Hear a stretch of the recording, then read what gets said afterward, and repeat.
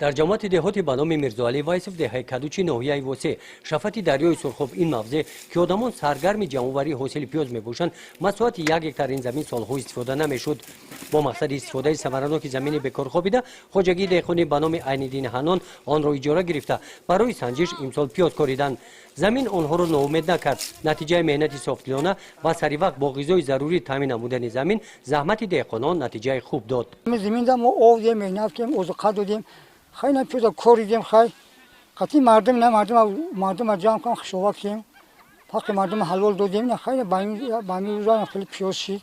مهنت که دائمی زمین میشه برای زمین آدم است پری میکنه. در جمع‌آوری محصولات زمین زیاده از 100 نفر ساکنان دهه جلب گردیدند.